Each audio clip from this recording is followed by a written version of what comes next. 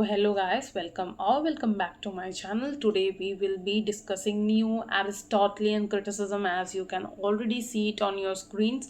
But before we start with it, मुझे आपको कुछ चीज़ें बतानी है, so शुरू करते हैं। पहले वो बताना, उसके बाद will start with the video.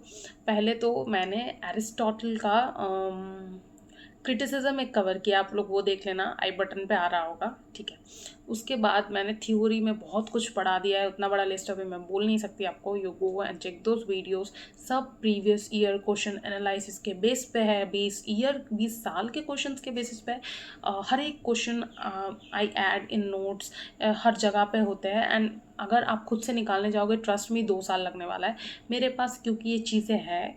I want कि सिर्फ मुझे क्यों बेनिफिट हो, आप सबको बेनिफिट हो, इसीलिए I am literally sharing all this for free. So make sure आप लोग ये देखो और उसको नोट्स बनाओ, ठीक है।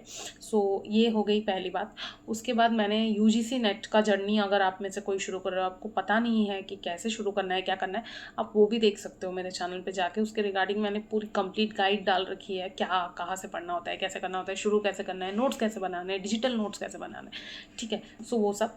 उसके बाद इफ़ यू आर BA और MA स्टूडेंट जिसको आंसर राइटिंग में प्रॉब्लम हो रही है, आप जाके उसके रिगार्डिंग प्लेलिस्ट चेक कर सकते हो। मैंने वहाँ पे लिटरली अपने आंसर्स प्रेजेंट करके दिखाया कि आप कैसे लिखो तो आपको अच्छे मार्क्स मिलेंगे, ज़्यादा मार्क्स मिलेंगे। सो वो आप देख लेना।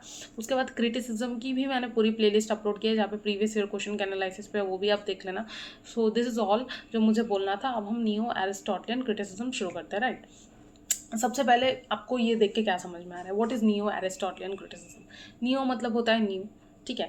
अब नए सिरे से एरिस्टोटल का जो क्रिटिसिज्म है उसको हम अप्लाई कर रहे हैं, ठीक है। एरिस्टोटल का क्रिटिसिज्म है, उसको कुछ मॉडर्न पीपल है, मॉडर्न थियोरिस्ट आप बोल सकते हो, जो मॉडर्न थिंकर्स बोल सकते हो, वो लोग कैसे एरिस्टोटल को नए तरीके से अप्लाई कर रहे हैं, नए तरीके से यूज़ कर रहे हैं, नए तरीके से एरिस्टोटल के रूल्स को अप्लाई कर रहे हैं, ठीक है। So that is your neo Aristotelian criticism. अब ये एक ही पेज है यहाँ पे, अगर ये आपको अच्छे से समझ में आ गया तो समझो आपको ये समझ में आ गया, ठीक है। Neo Aristotelianism is a view of literature and rhetorical criticism propagated by the Chicago school, जिसमें कौन कौन है, Ronald S Crane, Elder Olson, Richard McKeon, Wayne Booth and others. तो ये लोग क्या कर रहे हैं, neo Aristotelianism is a view of literature and rhetorical criticism. Rhetoric एक नया तरीका है लिटरेचर को देखने का, एंड रेटोरिकल क्रिटिसिज्म है। रेटोरिक में क्या आता है, आपको बहुत सारे फिगर्स ऑफ स्पीचेस आते हैं, जैसे एलिट्रेशन हो गया और सिमिली, मेटाफोर, ये सब आपको तो उसी में आता है ना, रेटोरिकल फिगर्स। आपका ओनोमोटोपोइया हो गया, पन हो गया, ये सब आपको, ये आपको मिल जाएगा रेटोरिक्स में, राइट। सो इस तरीके से एक वर्क को समझना, उसके बारे में रेफर किया जा रहा है, रेटोरिक के बेसिस पे एक वर्क को समझना। Now neo Aristotelian criticism is a method of rhetorical analysis that applies Aristotle's principles to evaluate the effectiveness of speeches and other forms of communication.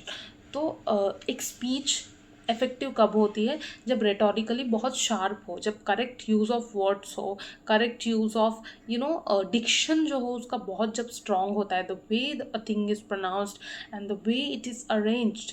अब बहुत बार एलिटरेशन क्यों यूज़ किया जाता है, सिमिली क्यों यूज़ किया जाता है, मेटाफर क्यों यूज़ किया जाता है, ओनोमोटोपोइया क्यों यूज़ किया जाता है, हाइपरबेटन, लिटोटेस, यूफिमिज्म क्यों यूज़ किया जाता है, क्योंकि एम्फेसिस बढ़ाते हैं ये चीज़ें। एज अ रीडर आपको समझ में आता है कि किस जगह पे आपको ज़्यादा स्ट्रेस दे के समझना है, किस जगह को आपको ज़्यादा स्ट्रेस दे के डीपली समझना है, ये चीज़ें आपको समझ में आती है, ठीक है। So this is why rhetorics is very important. So it literally rhetorics is a device जिसके वजह से स्पीच की इफेक्टिवनेस बढ़ती है, जो सुन रहा है, ठीक है। बोलने वाले से सुनने वाले के बीच का कनेक्शन क्या है, स्पीच की स्ट्रांगनेस ही तो है। अगर मैं आपको जो बोल रही हूँ वो अगर मैं आपको कैसे भी पढ़ा दूँ तो आप क्यों पढ़ोगे मेरे से, ठीक है। लेकिन अगर मैं उसको बहुत अच्छे से अरेंज करके अच्छे से आपको समझाऊँ, ऐसे पढ़ाऊँ कि आपका इंटरेस्ट बैठे उसमें, तभी तो आप आगे उसको पढ़ोगे, राइट। तो रेटोरिकली एक स्पीच, वर्ड्स चॉइस, रेटोरिक्स का चॉइस, ठीक है, एलिटरेशन वगैरह इन सब का चॉइस अच्छा हो तभी इफेक्टिवनेस बढ़ती है और कम्युनिकेशन अच्छा होता है।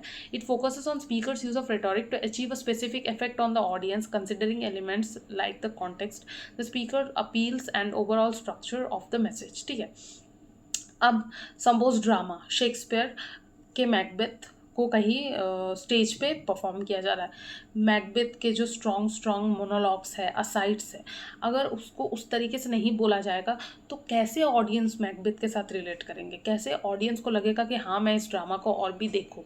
तो अगर मुझे एज परफॉर्म और अपने ऑडियंस को एंगेज करना है तो मुझे उस तरीके से डिलीवर करना पड़ेगा अपने स्पीच को, तभी तो पीपल विल सी मी 3 घंटा 4 घंटा बैठ के, राइट। कोई मूवी अगर अच्छी चल रही है तो वो क्यों चल रही है, because that movie has engaged us through it's different elements, जिसमें से एक लिटरली डायलॉग्स होते हैं और स्पीच किस तरीके से डिलीवर की गई है, डिक्शन, प्रोनाउंसिएशन बहुत इंपॉर्टेंट है। This approach also known as traditional criticism emphasizes the importance of understanding the speaker's intent and the audience response.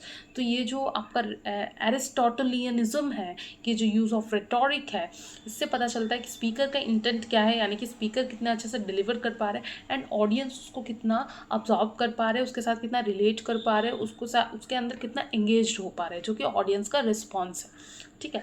Lionel Trilling is well known new Aristotelian critic. This is your NET का previous year question, जहाँ पे पूछा गया था एक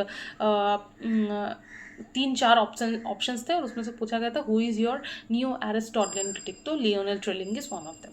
सो this is what I wanted to share with you people regarding new Aristotelianism. कोई बहुत बड़ा चीज़ नहीं है या कोई बहुत डिफिकल्ट चीज़ नहीं है, इसके लिए मैंने आपको आधा घंटा नहीं बैठाया यहाँ पे, विच आई डोंट डू जनरली, ठीक है। You will see, if you see the videos on my channel, hardly there are videos which have touched 20 or 25 minutes। अभी तक तो नहीं है कुछ, क्योंकि ज़रूरत नहीं पड़ी है, ज़रूरत पड़ेगी तो definitely I will put in, लेकिन बेकार में आपको आधे घंटे बैठाना क्यों everyone's time is precious, my time is precious, your time is precious too, ठीक है। जब मेरे इतने देर के एक्सप्लेनेशन में अगर आपको समझ में आ रहा है, I will not make unnecessarily long videos, I promise, unless and until we need it as a tutor, as a teacher, as a guide, I need it, and as a student, as a learner, you need it। तब तक हम नहीं करेंगे। जिस दिन हमें लगेगा कि हाँ कोई ऐसी टॉपिक है जो टाइम डिमांड कर रही है, जिसको लिटरली बहुत ज़्यादा टाइम चाहिए वरना समझ नहीं आ रहा है, उस दिन हम 1 घंटा बैठेंगे।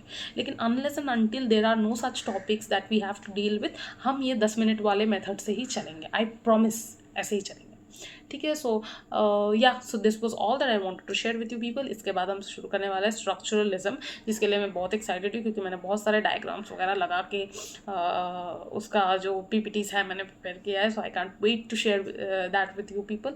अंटिल देन वेट, वीडियो जल्दी आ जाएगी, एंड थैंक यू।